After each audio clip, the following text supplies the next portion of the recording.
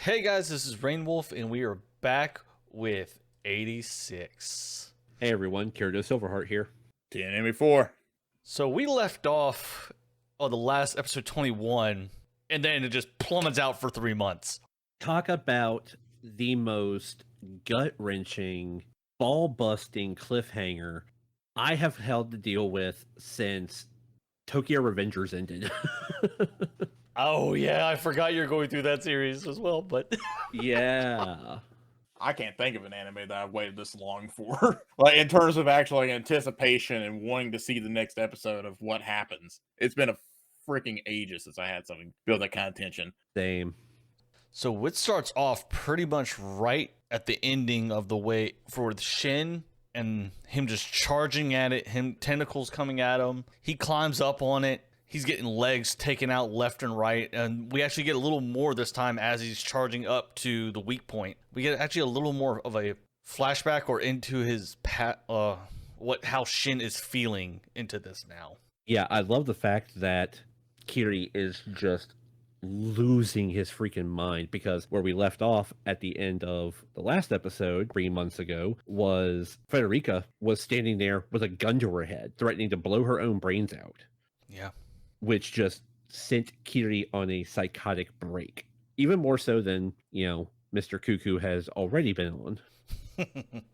And as this is going, we see the timer, and he's just pushing Shin to like, "Hey, come with me. You don't like. There's nobody there for you." Then he gets that whole thing. We get that whole scene with his brother again, choking him.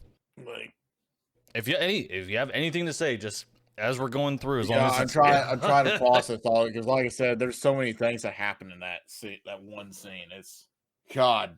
I mean, literally all like you said, all the flashbacks happening with Shin, trying like kind of wrapping his head around all the shit he's done, everything that's the whole entire shit show of a trip they've been on this entire time.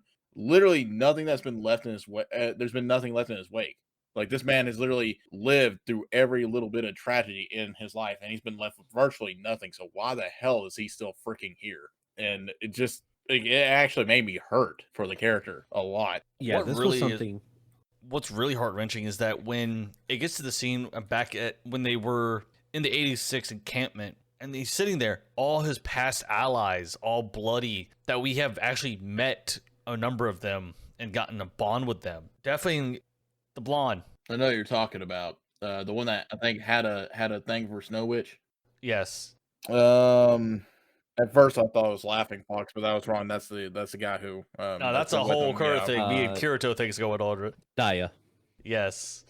It's like definitely seeing him there, definitely with it's like we didn't get a lot of a connection with him, but we got it just enough that it really hurt to see him there and saying and hearing him say those words to himself of that there's nobody there, you live freely, just go.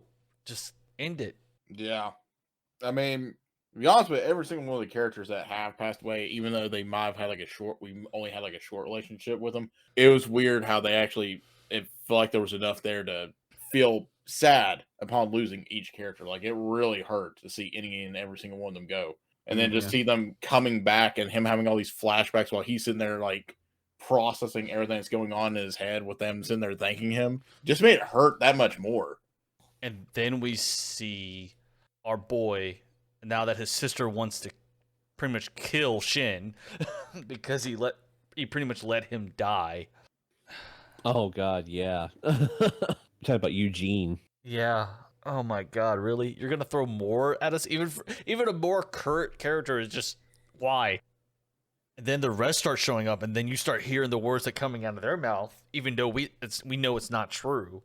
It's like you can rely on us a bit more, and then they start just saying all these words, like they're leaving. Yeah, because this is an honest reflection of what Shin's thinking at the time. Is he was the only one that was left. He honestly thought everybody else was dead, which, given what we were shown in the last 2 episodes, everybody just dropping off like flies, we all thought they were dead too. Yeah, I mean, everybody's giving the ultimate sacrifice so Shin can get that one shot to possibly destroy the Morphos or whatever. I think that's what it's called. It's the Morphos. Yeah, the Morpho. And then, I mean, shit. Again, where do you go from there? If you survive all that, where do you go from there? because all the people that you consider to be allies, friends, family, they're all gone. Even this little girl who like pushed herself to be out there with everybody is now probably is just gone. What would you do at that point? I really don't know how you could have the drive to do anything more at that point. Yeah, and it really doesn't help either because when we get back to actually somewhat reality for Shin in his cockpit, he looks up and you still see there's no communication. There's nothing coming from the others. Dead silence. Then he looks down and you see the plate from his brother's unit still there. And seeing him reach for it, you know he's in pain, but he's still trying to hold on to something. Mhm. Yeah. But it's not the proper something he needs to be holding on to. And it Yeah, actually shows us that here as well. Yeah, he keeps trying to cling to the past. Like he doesn't want to let all of his friends and family go. That everyone that he basically his family. He doesn't want to let his family go. He doesn't want to let the people that he had fought with, the people he had fought for, even though they had all agreed that this was going to be their last, hurrah, they're going to push till their end. He didn't want to let them go. He never wanted to leave them behind in the first place. He just did that because there was no one else that was going to do it for him. Yeah, he got left that role. And then as he's reaching, you see the radar just kicks in. It's like enemy approaching, and it's just this little low unit, but it's actually Kiri. Yeah, this completely blew me away. The fact that he shifted his consciousness at the last second to a remote unit and he was coming after him no matter what. I was like, holy crap. Like he went straight for another Shepherd or another low unit. And I'm like, oh, yeah, he's boned. Like, this is legit. Game over. End scene. We're done. Yeah, like where do you go from? Like, what are you gonna do? How is he gonna fight back on this one? There's no damn way he's gonna survive this. And that's like seeing Shin actually kind of in the cockpit, scared, terrified for his life. Like, I knew what was going on in his head when he grabbed the scarf. It wasn't that he was about to die; it's that he was about to become a part of that whole system that he had fought so hard to bring down. Yeah. Mm-hmm. And then we see the bullet go flying, and this just brought so much joy. Oh yeah, just the bullet. I was like, okay, but how quickly it transitions over to a foot, the red flowers, and you can tell that leg is from a female. Oh god, yeah. I mean, if there was any question about who the hell was marching up on this field right now, you obviously have not been watching this series. Yeah. And how much we have seen Lena grow. It's like, yeah, she has the balls now. That would be her. Well, I mean, literally, when she first was shown as a character in the series, she was terrified even so much as thinking about on the battlefield. Hell, it shows images when she was a child about bonding up on the battlefield. That was not a place for a little girl like her. But now, like, fuck's sake, she's literally out there marching on it right in the middle heat of battle, practically. I just love no armor, just a heavy cannon. Like, this girl has become so BA. It even brings more to you because as you see her starting to walk, you see them bug-looking units start fluttering away. Then as she's running, they just spread like the Red Sea almost. Yeah. Mm-hmm. In which I wonder if that's got anything to do with the upgraded device she has now. Because, like, why did they just suddenly take off flying? Obviously, if you step on them, they're going to react. But, I mean, these things were, like, scattering to the wind. Well, they're not combatant-type units. So and do their programming, they are skittish. They're not meant to stick around when somebody known as an enemy is nearby. That's fair. That's a threat. Yeah. And in this case, Lena was a threat. Well, and you also got to think about it, too. These are primarily, like, scout, recon, diversion, and cover units and things like that. And their last primary unit just went down. So what's the point in them being even there? It's full retreat, regroup, come back later. What even more, it's like as soon as she gets close enough and she actually starts talking to the unit, not knowing it's Shin, and then him also not knowing it's her, I'm like, fuck, open that damn cockpit. Your unit is busted. You have nowhere to go. She is your only help currently. Open your fucking cockpit. Okay, so on that context, part of me thinks that she does know that's him. I mean, from one, the constant talking in the fight scene previous, plus, well, you gotta think they were pretty far out when he was fighting, so they may have not have been in range for her to see the fight itself. True. Yeah, she just had some. I mean, we do know that between her upgraded para raid system and the variant of the para raid system that Shin and the rest of the team are using, there was some cross communication because they're based on the same technology.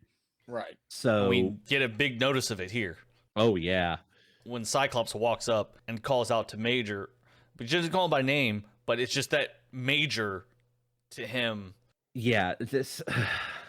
This entire segment of Shin being inside the unit and Lena being outside of it, and let's not ignore the fact he has no audio. He has no audio. He is using a lip reading program, like a lip reading translation software inside the unit. You know, it scans her lip movements and translates it into text. Yeah, and since her cap was far enough down for her, he couldn't see her facial expression. The software could read her mouth, but that's about it. Yeah, but at the same time, you know, they've never seen each other. So Oh, that's right. That's the first time they've ever really seen anything Yeah, such face to face. yeah, none of the 86 have ever seen her face. None of them, aside from her current commanding unit, you know, Right. Cyclops and all of them. But Shin and his group have never seen Lena's face. They only know her voice. And vice versa, Lena never really had a face to put to the voices until she went back to the camp and found the group photo. Yeah, the letter, the cat, all of it. And because Shin isn't using his Pararaid's communication system, he's using an intercom, a distorted intercom coming from the mech. So she can't recognize his voice. He has no audio until the Pararaid system activates and he hears her voice. There's that, and also she can't tell it's him as well because his emblem is on the other side, and it's just enough that from the direction she is in, she can't see it. Yeah. Mhm. And again, you know, these are things I actually missed during the show because I was already so ecstatic from seeing all this happening and everything. I was like, finally, some freaking strings are coming to an end and all that shit. But it never dawned on me that they couldn't quite understand who they were speaking with when it came down to each other. Because, like you said before, she didn't see all the fight that was happening, so there's not a guarantee she would know how he would fight. He On has top no of that, audio. Yeah, no audio other than that distorted mech loudspeaker, and it's just all of it. There's no real way for either one to discern who they're speaking with. So they're literally like toe to toe about to meet each other, but neither or really realizes who each other are until after he accidentally turns his parade on and, you know, lets that one little slip out. Well, the signals start to cross, and then he hears her voice, but also with her saying the words that she was saying to him after Cyclops had approached, and then she turns the paper, she pulls the paper out with Laughing Fox's image of her and the photo that was given to her by because Shin is the one that left that photo. The letter that he left on the poster, the group photo, and everything, you know, so she would have faces to recognize when she did catch up to them, if she ever caught up to them. You know, this whole That smile. yeah, this is the most emotion in this one episode. Just in the like, we're what, 15-20 minutes into the episode. This is the most emotion and levels of mixed emotion we've ever seen from Shin. And as he starts to cry, you see his brother's piece from his unit drop to the floor. Yeah. Now, that pretty much signifies that is not what he's holding on to now. That out there is what he's holding on to. Yeah, Exactly. the weight that he had originally been holding on to is just kind of dispersed finally. Yeah, this is that turnaround moment when life slaps him in the face and he realizes my mission with my brother is accomplished. My mission with Kiri is accomplished. Where do I go from here? You know, that whole thing with the flashbacks and seeing his dead compatriots and everything was, what's the point in him still being alive if his mission's done, his fight's over? Yeah, because as far as Now he has a reason. yeah, because as far as we could tell, his whole goal from the get go up until this point was literally to die on that hill. He was Mhm. set to die right then and there to take Kiri with him. But as fate would have it, he gets just freaking propelled away by the freaking explosives, and he's just left sitting there in basically a metal coffin, pondering on what to do next. And then, like you said, she comes out of the blue and just basically gives him a whole new definition of what his new goal is. And because it's and then even throughout the season of this season, there's been moments of, and it's definitely that, because there's been moments where she's been brought up, and you notice his reactions change compared to what everything else has been talked about or what's going on. But then in this moment is when he fully, truly figures out, I guess I'm not meant to die just yet. Yeah. Right. And I like the contrast and the sort of like the whole destination argument that that I've seen throughout the entire series so far, because every single definition of their destination has always been basically doom and gloom. When we finally arrive at this end, it is the end. We're done. We're dead. That kind of stuff. This one has a lot more life to it, which really made me happy to see that. Because, like you said, the shift in Shin's tone and his expressions and just his utter Not getting that determination. creepy smile anymore. Yeah, he actually seems alive for once versus just like cold, dead. Like, I'm just going to kill everything in my path. Look, it's like, Yeah, damn it, there's no more suicide missions at this point. This is now I fight for what I want, and this is how I fight for my friends and my family and my life. And it's just crazy because it's like, I don't know if anybody else was spazzing out when the cockpit started to open. Oh, Yes, God, yes. yes. God, I'm yes. like, oh, and the And fact that then- they did it so slow too. It's like, you. Well, assholes the know what unit's you're doing. broken. What do you expect?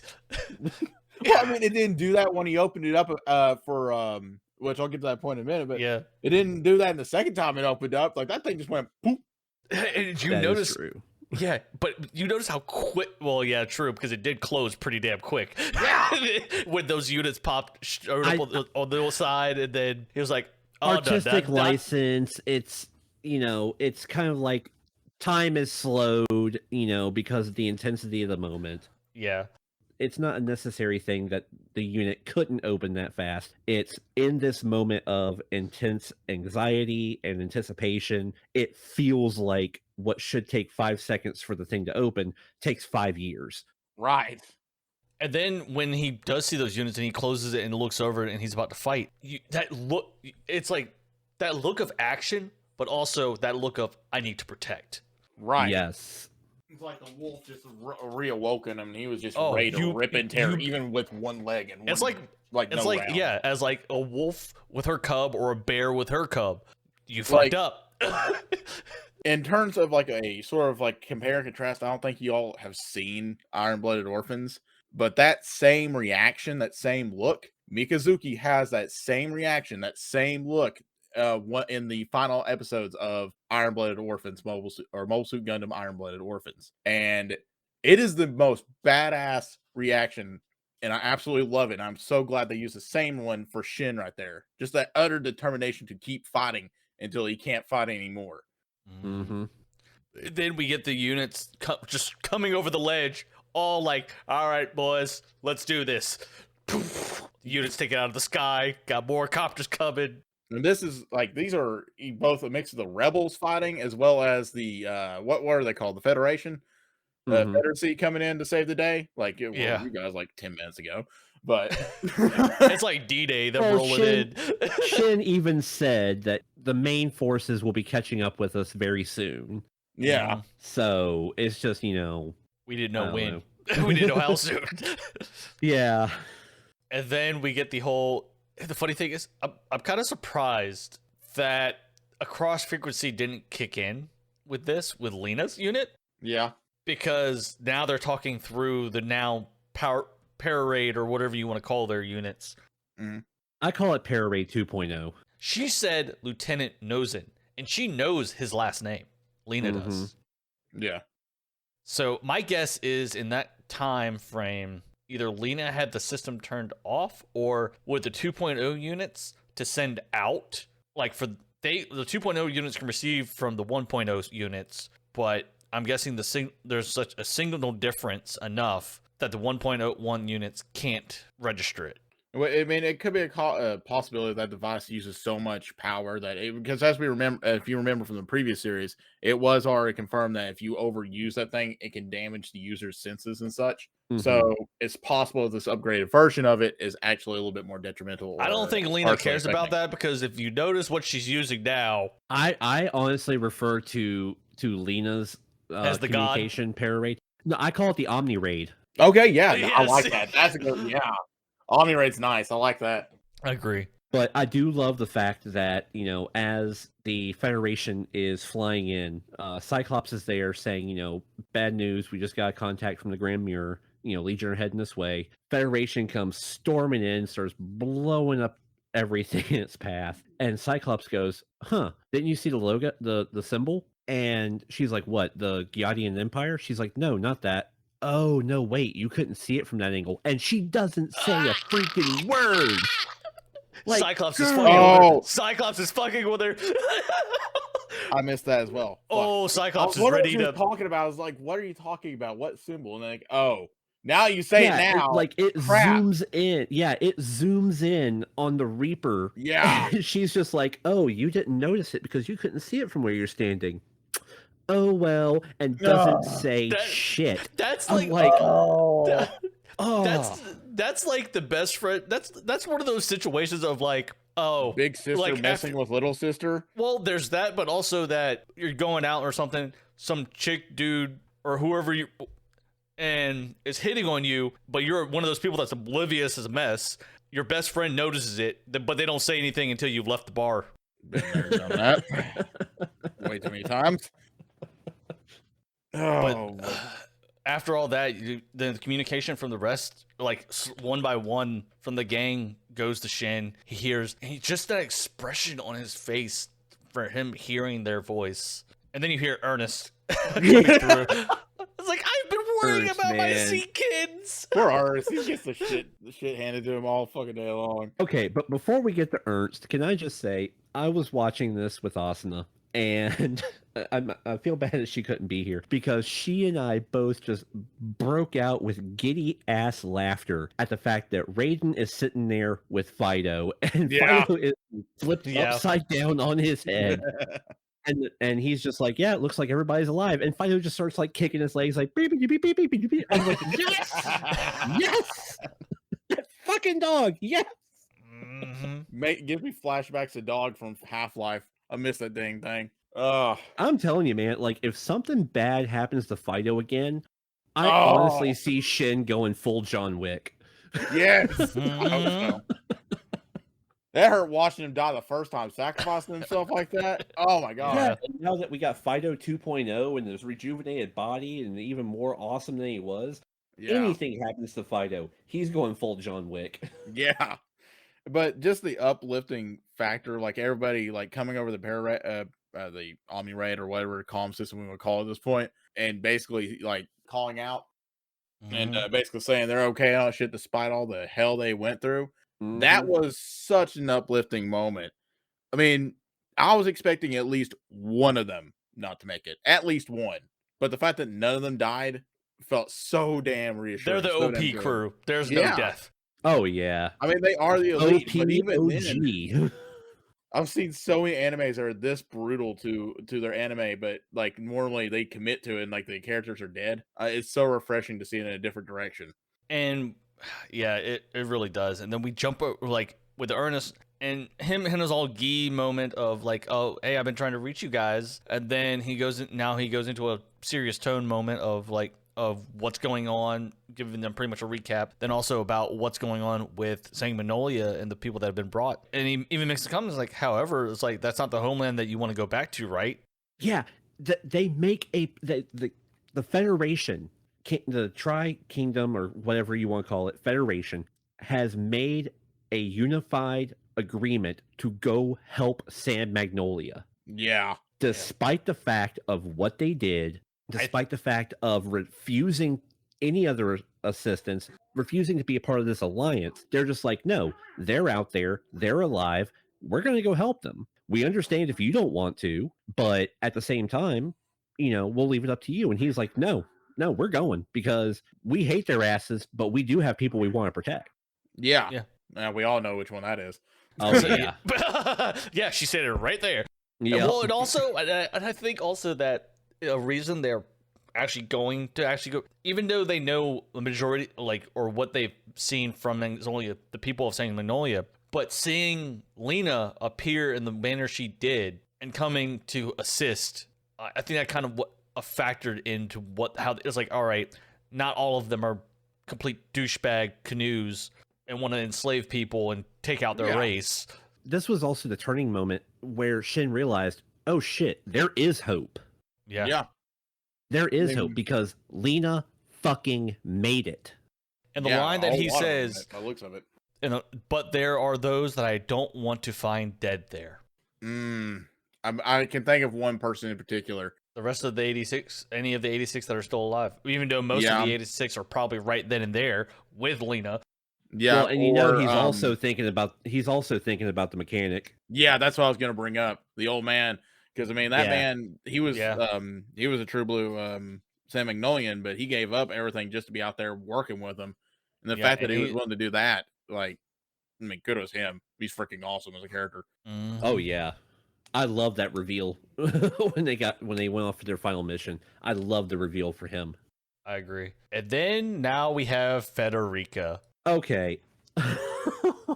Can I say I was kicking the crap out of myself that in the last 3 months, not once did it occur to me that she survived alive the way she did.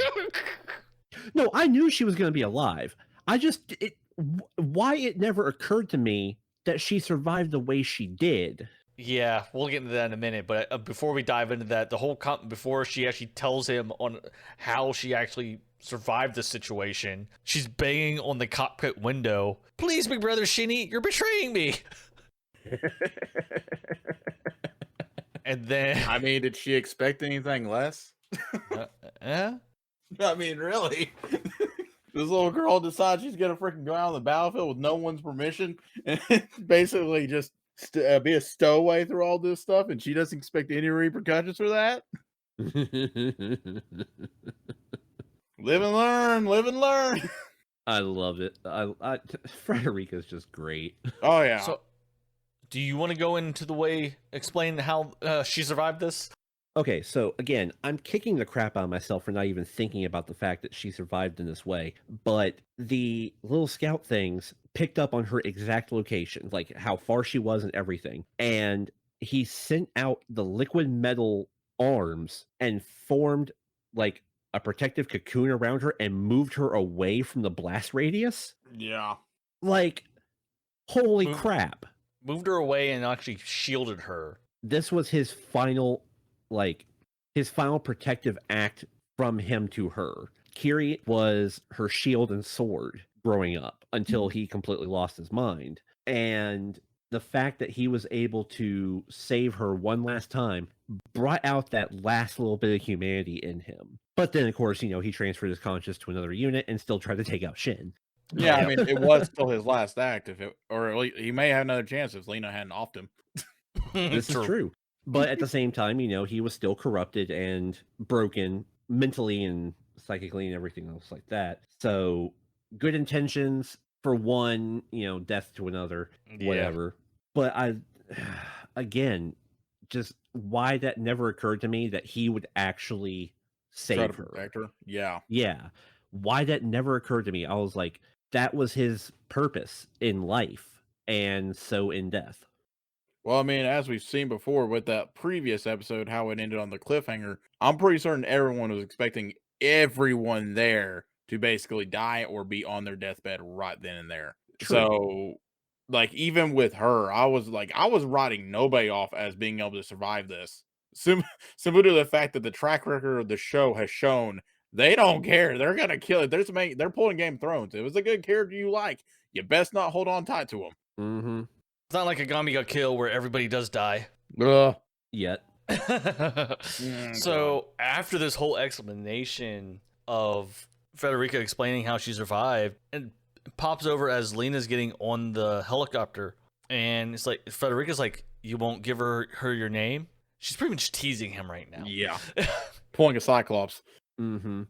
And before we get to that, she apologizes to Shin, saying that the gun you entrusted with me, it's gone. It's destroyed. And we even get an image of it just broken into pieces and partly melted from the explosion. And Shin says, it's okay. I didn't want it back. I don't need it anymore. It was an excuse to go to the battlefield. Yeah. And I love the fact that she basically calls him out on his bullshit again. Yep. Because she was like, what do you mean it was an excuse? She was like, you were carrying a burden, but you still have other reasons why you're going to go do the things that you do. And then she rolls the bus over him and keeps running him over and backing up. The words, she loves you so much and has been working so hard. Oh, Lord. I'll save my comment for later.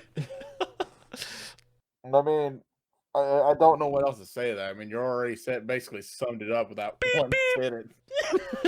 You want to get the license plate of that freaking Mack truck that took him out? What plate? He's gonna just keep on trucking. That's all I gotta say. Kept on trucking, then another one came on right behind it. God. Yeah, little girl's definitely going to be a very a requirement for the future of the series. Oh, amen.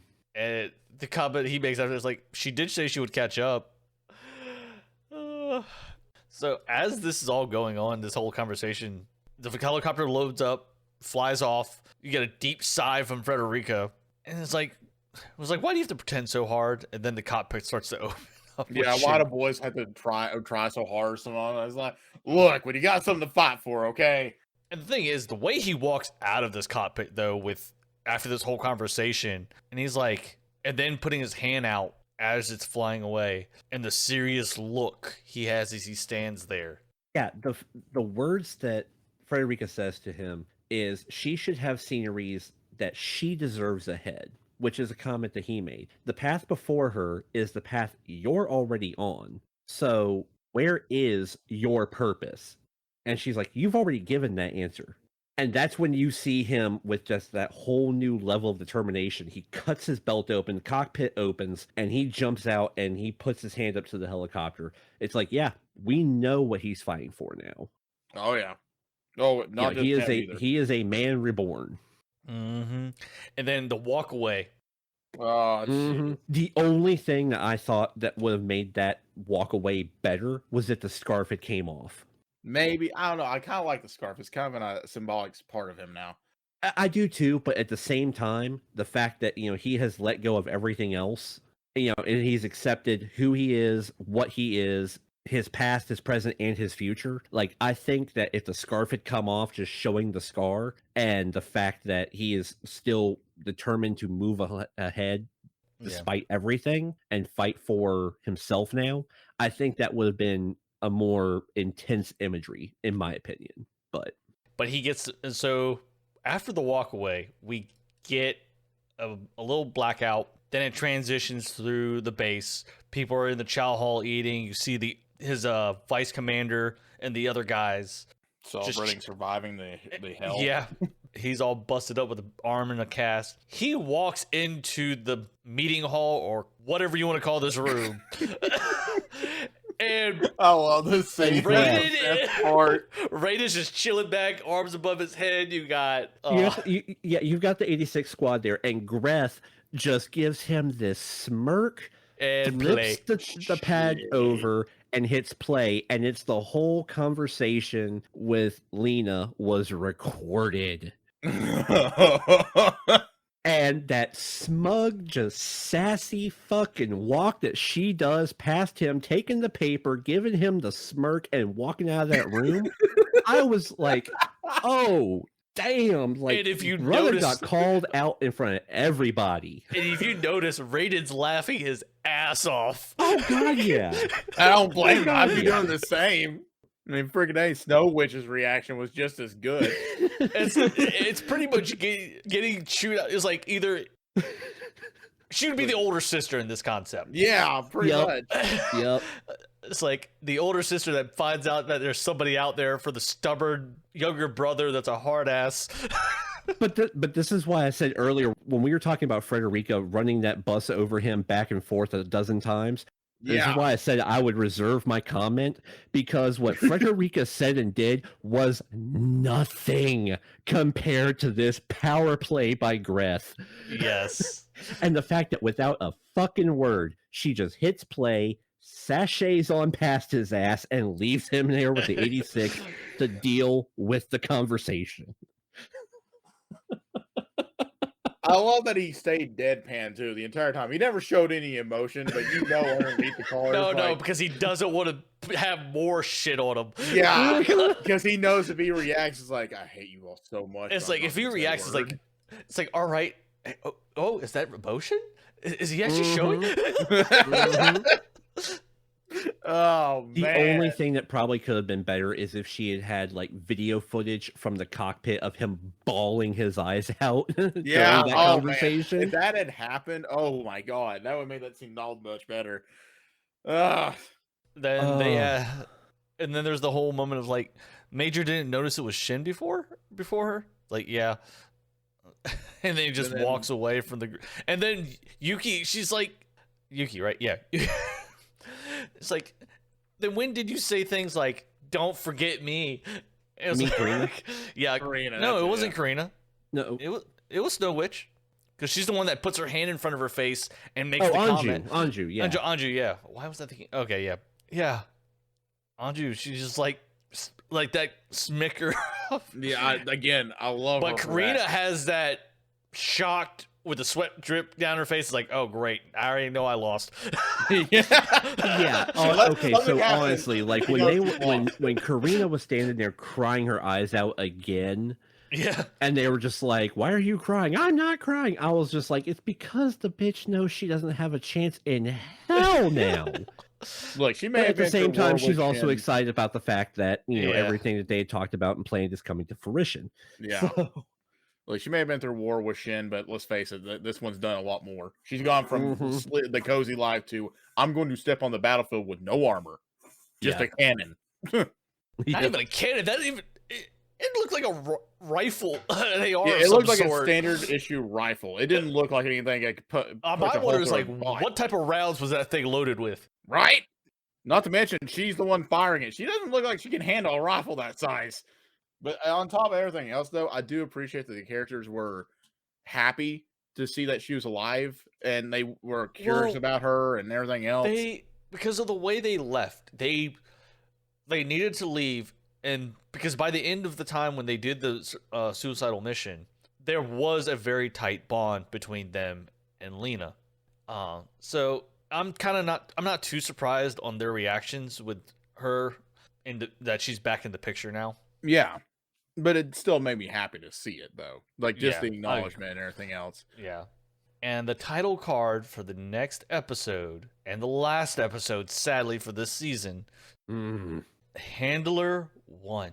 This is what I've been waiting for. It makes me wonder what the next episode, like, is it going to be one of those episodes where it just ends with a bunch of dialogue and finalization for the next season, or what are we looking at? My estimate, or my thoughts, everybody can, if anybody has any different thoughts or disagrees, but I have a feeling this might be an interaction where everyone meets back up to some degree. It won't be there may be Shin and them may end up meeting the unit, like Cyclops and them from the other, like from the Federation, but or meeting Delena. There's going to be some type of mixed interaction. It may not be with everybody. It may only be like they're walking through base or something, but also the build up to what's to come, because now they have to reformat their military structure, I would guess, because now you have a commander for one unit that only will listen to her. They won't listen to anyone else. I think the only other person they would possibly listen to if they end up intertwining is Shin. Yeah, funny enough, now you mentioned that, I could honestly see Lena falling into a similar boat as what happened with the 86, to where she won't want to just, sit on a cozy life anymore, because she walked away from that and entered the battlefield. She's going to be on the field. So she's going to want to be intertwined into the Specialist, like what happened with the 86, more or less. She's going to want to bring Cyclops and everyone into the battlefield, like you just said. and it's just going to be a case of anyone that doesn't want to, you can go on and rest. The rest of us are going back to the fight, and we're not stopping until this fight is done.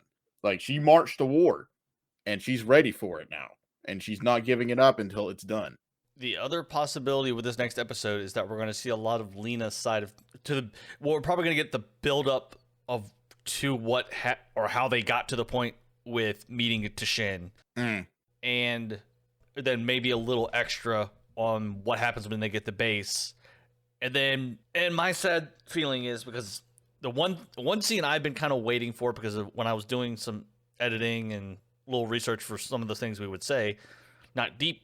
And Kirito probably knows the scene I'm talking about.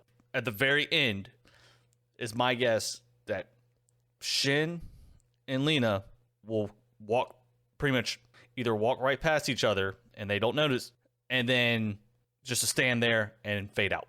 Oh God, I hope it doesn't do that. No. Okay, so here's my prediction for this episode that's coming up. I see it going one of two ways. Either this is going to be, like you guys were saying, the Lena backstory of, all the action that we've been missing from her end of it, with Cyclops and the rest of that unit, leading up to the moment where she saves Shin inadvertently, and then moves on to the taking back of the Grand Mirror. Or this is when we see our crew of 86, Shin and his unit, rallying up to head back to San Magnolia for the assault on the Grand Mirror. And I kind of see this being one of those things of, it's the Grand Mirror. They could possibly do it within the first half of the episode, is the take back of the mirror, and then wrap up with the 86, Shin and Raiden and all of them finally getting that face to face with Lena. And that'd be a lot to fit into one episode with mixing combat and action, or combat and dialogue. Not impossible, but I do. It's not impossible, and I don't know how much you want to go back and actually watch the retaking of San Magnolia. I don't think we would get that fight in here, in my opinion. Like, I feel like that's something that they're going to save that probably for the next season. If anything, this is going to be, I honestly feel like it's going to be as a closing episode for the season, because obviously they're going to probably continue into another season. They're going to continue into another season, or at least I feel like they would have to at this point.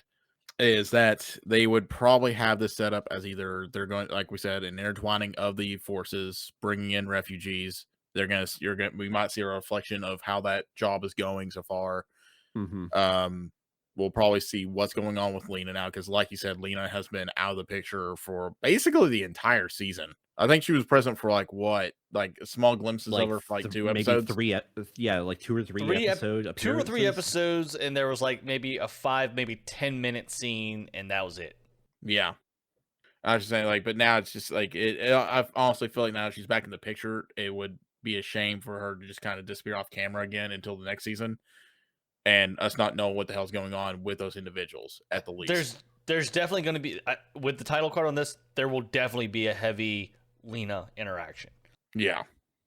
Yeah, okay, so I'm more or less leaning towards maybe, because we all know that the episodes are split in kind of 2 acts, basically. So I can kind of see Act 1 being the lead up to them finding Shin in the field after that battle, and then, heading back to prep for the retaking of the Grand Mirror. I honestly see the second half of this being the reconstruction and the alliance forming between Lena and her garrison and the Federation and that Tri-Kingdom alliance to overthrow anything that might happen to be left politically of San Magnolia in order to take it back. Yeah. And I honestly think that we are going to end next week's episode and the season with Lena and our 86 crew finally getting that face to face. Yeah, that's I'm leaning to that as between the 2 crews face to face, or a Shin and Lena face to face situation, and that's where it's gonna drop. They're gonna be like, nope, bye, clip. Yeah. Y'all want interactions with these characters? See you next season. Yeah, but I honestly think because let's face it, they have been so infamous in the past of giving us an episode title, and it's a poignant but dropped line. Well, guys, thank you everyone that is checking us out. We're glad to be back in the podcast.